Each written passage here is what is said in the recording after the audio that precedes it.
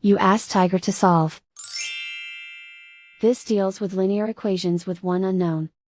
The final result is x equals 1. Let's solve it step by step. Simplify the expression. Expand the parentheses. Simplify the arithmetic. Multiply the coefficients. Expand the parentheses. Multiply the coefficients. Simplify the arithmetic.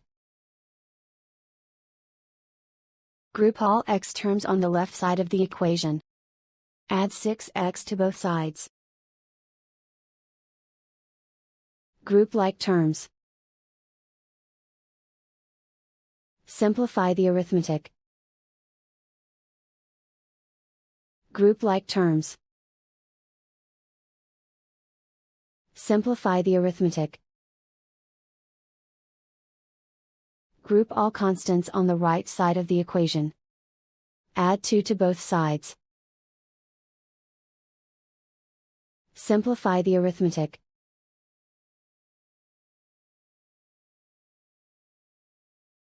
Isolate the x. Divide both sides by -10. Cancel out the negatives. Simplify the fraction. Cancel out the negatives. Simplify the fraction. And so the final result is x equals 1.